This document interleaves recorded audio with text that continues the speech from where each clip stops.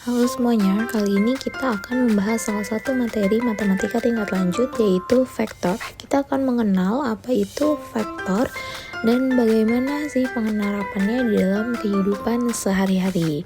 Nah, langsung saja kita lihat ilustrasinya.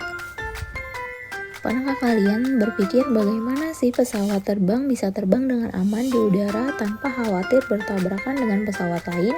Hal tersebut karena adanya menara pengawas lalu lintas udara. Lalu, apakah kalian terpikir bagaimana cara kerja game yang ada di ilustrasi ketiga? Semua hal tersebut memiliki setidaknya satu kesamaan, yaitu vektor. Sebenarnya vektor itu dan mengapa itu penting? Untuk menjawab hal tersebut, pertama kita harus memahami apa itu skalar. Skalar adalah besaran yang mempunyai nilai, seperti berapa banyak benda yang ada, jarak antara orang dan bangku, serta volume dan suhu minuman di dalam cangkir. Itu semua adalah skalar. Sedangkan vektor merupakan besaran yang memiliki nilai dan arah. Untuk menuju ke bangku kalian dari depan kelas, kalian perlu mengetahui berapa jauh jarak dan ke arah mana kalian harus berjalan. Bukan hanya jaraknya, tetapi perpindahannya. Lalu, apa yang membuat vektor spesial dan berguna dalam segala bidang? Vektor tidak berubah berdasarkan keinginan, tetapi tetap terhadap sistem koordinat. Apa maksudnya? Misalkan, Budi dan Ari akan memindahkan sebuah tenda. Budi berada di sisi yang berlawanan dengan Ari, sehingga Budi menghadap ke arah yang berlawanan.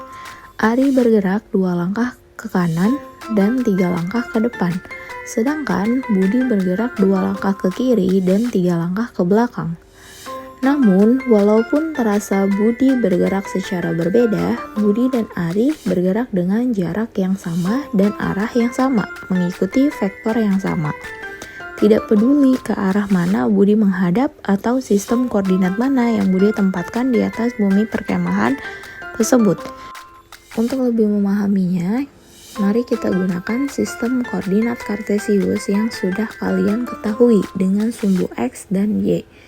Kita bisa sebut kedua arah ini sebagai basis koordinat, karena keduanya digunakan untuk mendeskripsikan segala sesuatu yang kalian buat grafiknya.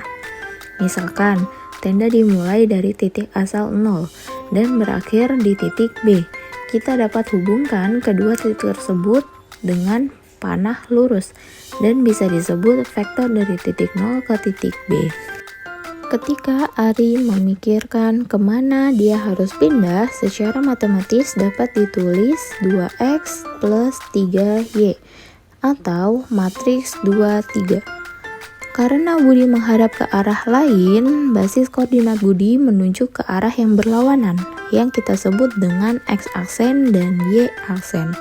Pergerakan Budi dapat ditulis min 2 X-aksen, min 3 X-aksen, atau matriks min 2, min 3. Jika kita lihat, keduanya jelas tidak sama, tetapi nilai saja tidak sepenuhnya menggambarkan sebuah vektor. Masing-masing memerlukan basis untuk memberikan konteksnya, dan jika kita posisikan dengan tepat, terlihat bahwa keduanya sebenarnya menggambarkan vektor yang sama. Sama seperti sebuah benda yang penyebutannya berbeda di setiap bahasa. Basis juga seperti itu, representasi yang berbeda dari dua basis dapat menggambarkan vektor yang sama. Nah, sudah tahu kan apa itu vektor? Jadi, vektor adalah ruas garis berarah yang memiliki besaran atau nilai dan arah tertentu. Secara geometris, suatu vektor dapat digambarkan sebagai ruas garis berarah dengan panjang ruas garis menyatakan besar vektor dan arah ruas garis menyatakan arah vektor. Selanjutnya, notasi vektor. Sebuah vektor dapat dinotasikan dengan beberapa ketentuan. Di antaranya, yang pertama, satu huruf kecil bercetak tebal, misalnya UVW dalam huruf kecil dan bercetak tebal. Yang kedua, satu huruf kecil dengan garis bawah. Ini udah ada contohnya ya, misalnya UVW ada garis di bawahnya. Yang ketiga, satu huruf kecil bertanda panah di atasnya. Misalnya UVW ada tanda panah di atasnya, itu menandakan vektornya. Yang keempat, dua huruf kapital yang menunjukkan ruas garis berarah. Misalnya, ruas garis dari titik A ke titik B dapat dilambangkan dengan AB dengan tanda panah di atasnya atau sebaliknya. Nah, definisi dari vektor sendiri adalah ruas garis yang berarah. Maka bentuk dari vektor dapat kamu lihat pada gambar vektor berikut ini. Nah, di sini ada contohnya ya, bagaimana bentuk vektor itu yang dinamakan sebagai ruas garis berarah. Nah, yang terakhir adalah jenis-jenis vektor. Vektor ternyata terbagi menjadi beberapa jenis, yaitu yang pertama vektor 0. Suatu vektor yang panjangnya 0 dan tidak memiliki arah vektor yang jelas. Yang kedua, vektor posisi, yaitu suatu vektor yang posisi titik awalnya di 0,0, sedangkan posisi titik ujungnya di suatu titik tertentu selain titik 0. Yang ketiga, vektor satuan, suatu vektor yang panjangnya satu satuan.